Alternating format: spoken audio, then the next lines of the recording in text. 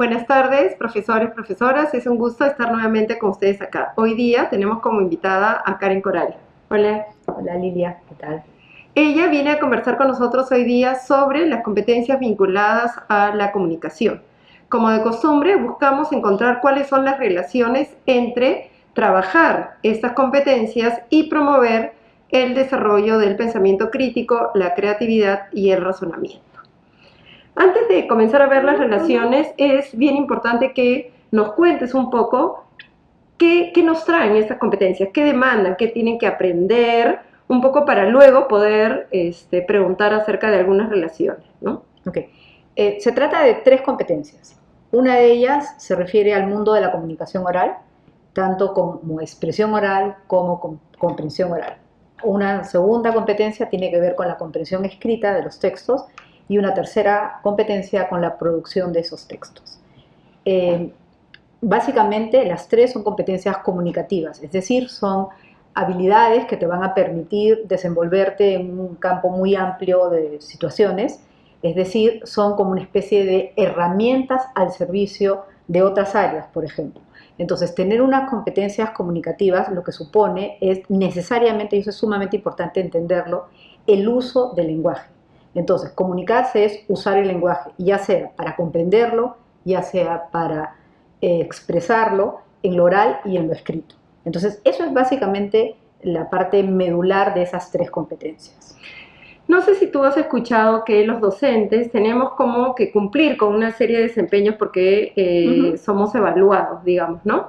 Y hay un desempeño que tiene que ver con esta idea de qué tanto tenemos que promover o logramos en realidad promover el pensamiento crítico, el razonamiento y la creatividad.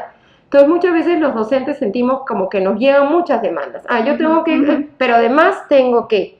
Y la idea acá es poder ver si existen algunas relaciones o si yo tengo que estar desarrollando esa competencia y además tengo que estar pensando en este tipo de comprensión profunda o en este tipo de pensamiento. En realidad no son 2 sistemas paralelos. Es decir, uno está incluido en el otro. ¿A qué me refiero? Por ejemplo, si hablamos de comprensión de textos, esa comprensión es necesariamente una comprensión crítica. Veamos, por ejemplo, las capacidades de la competencia de leer diversos textos. Tienes una capacidad que tiene que ver con obtener la información. Digamos que ahí no se produce tanto la criticidad.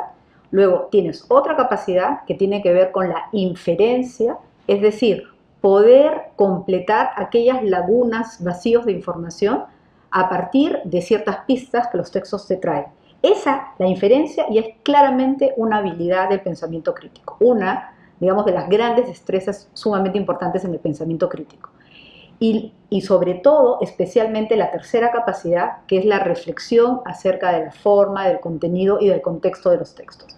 Porque justamente la evaluación crítica, en eso está, digamos, lo medular del pensamiento crítico. Es decir, las capacidades mismas están formuladas para el desarrollo del pensamiento crítico. No es además, no es un extra que se sume y que nos genere a los docentes de comunicación un trabajo mayor, sino que en la naturaleza misma de esas capacidades y de esa competencia ya está incluido el pensamiento crítico. Entonces, a ver si te he entendido bien. Lo que tú nos quieres decir es que no hay forma que alguien, por ejemplo, lea sin utilizar o haber desarrollado o estar desarrollando de manera paralela el pensamiento crítico. O sea, en efecto sí puede haber una lectura chata, literal, y solamente recupero la información que el texto me trae. Pero leer y desarrollar una competencia como está, digamos, propuesta en el currículo, no es solamente leer y recuperar la información que el texto trae, es también poder leer entre líneas, ¿no? Hay una frase muy, muy simpática que es leer las líneas, leer entre líneas y leer detrás de las líneas. Entonces, realmente desarrollar plenamente la capacidad lectora, la competencia lectora, significa también ese desarrollo de la evaluación, de esos juicios valorativos acerca de lo que lees y acerca de lo que no lees, pero que se implica en el texto. Hay una intención, ¿no? Por ejemplo, poder establecer si el texto es un texto falaz, por ejemplo, si la fuente es creíble o no, si es autorizada o no. Todos esos son manifestaciones claras de que un pensamiento crítico está en funcionamiento.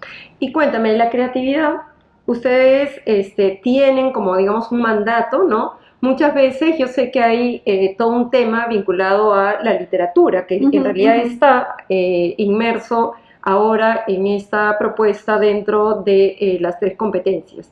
Trabajar literatura, leer literatura, ¿implica trabajar con la creatividad? Hay dos cosas. Una, claramente la competencia que se refiere al campo de la producción, por ejemplo, tanto la expresión oral o la producción de textos, supone necesariamente un cierto acercamiento hacia la creatividad. El solo hecho de utilizar el lenguaje creativamente, el solo hecho de producir oraciones nunca antes oídas, nunca antes leídas, sino que sea tu expresión personal, en eso mismo ya está la creatividad. Ahora, en el caso específico de la literatura, yo sí creo que leer literatura, pero sobre todo producir literatura, en la medida que es un arte, en realidad es una manera de potenciar, de una de las mejores maneras de potenciar justamente el aspecto creativo del ser humano, ¿no? La literatura es sumamente esencial para desarrollar ese aspecto creativo. Y, perdón, no solamente digamos, en leerlo, es leerlo y hacerlo, ¿no? Es decir, también darle la oportunidad a nuestros estudiantes que generen poemas, que generen cuentos, que generen textos híbridos de imagen con palabras, por ejemplo, ¿no? Y el tema del razonamiento, el tema de la comprensión profunda, es como que ya cae por su propio peso, ¿no? Porque incluso hay una competencia que es comprende, o sea, la de lee, en un momento llegó a llevarse comprende, digamos, textos escritos, comprende críticamente, además, comprende críticamente textos escritos. Entonces, este tema de comprensiones, ¿no? Las relaciones, la capacidad, en el caso de la comprensión escrita, eso está claramente en la que tiene que ver con la infiere e interpreta. ¿Por qué? Porque necesariamente requieres hacer relaciones lógicas entre conceptos. Por ejemplo, establecer la causalidad en una historia que lees, qué ocurrió antes, qué ocurrió después, qué motivó, por ejemplo, si haces literatura, a un personaje a actuar de determinada manera. Eso justamente es establecer, por ejemplo, relaciones de causalidad, relaciones de generalización, de abstracción, especificaciones, es decir, todas aquellas cosas que tienen que ver con destrezas cognitivas superiores, digamos, están presentes necesariamente en la comprensión. O sea, mucha gente dice que precisamente la comprensión de la lectura y la producción y la generación de pensamiento crítico son dos cosas que están íntimamente imbricadas. Dime, si yo te pidiera que dieras una recomendación a las docentes, porque es como que esto siempre está en nuestra mente, pero en el fondo no lo estamos logrando del todo. Entonces, si hay muchas cosas por hacer en las escuelas, en nuestra propia práctica, si tuvieras que darle alguna recomendación, ¿cuál la darías? ¿Por dónde empezar? ¿Qué cosa es lo que tendríamos que comenzar a discutir entre nosotros los docentes? ¿Qué poner sobre la mesa? Una cosa que para mí es importante y es, digamos, casi una de las primeras cosas en las que me fijo, es que los textos que los chicos leen, por ejemplo, sean lo que yo llamo resistentes al diente. O sea, ¿a qué me refiero?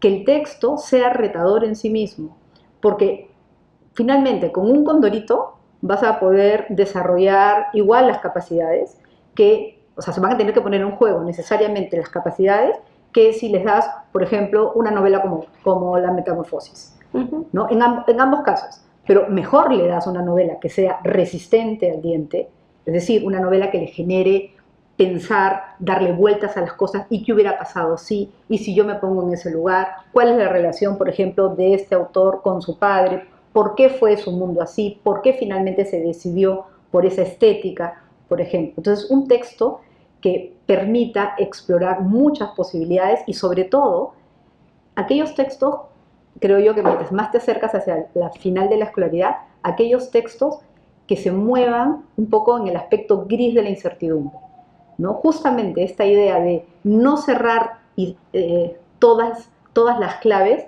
ayuda mucho precisamente a la generación de elementos creativos en el pensamiento, críticos también, pero sobre todo esta capacidad de tomar decisiones.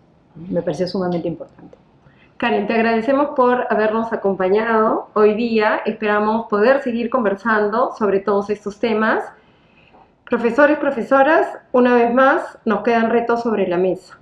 Hay mucho por hacer, Yo siempre me he preguntado por qué vinculamos la matemática, solamente la matemática al pensamiento lógico. Creo que en 2 minutos Karen nos ha planteado cómo el leer, el comprender, tiene que ver también con establecer relaciones lógicas, con desarrollar habilidades de pensamiento superior, el poder ver críticamente un texto, el poder inferir, en el mismo nombre lo tenemos. ¿Cómo comenzar? Creo que nos ha dejado un reto hoy día.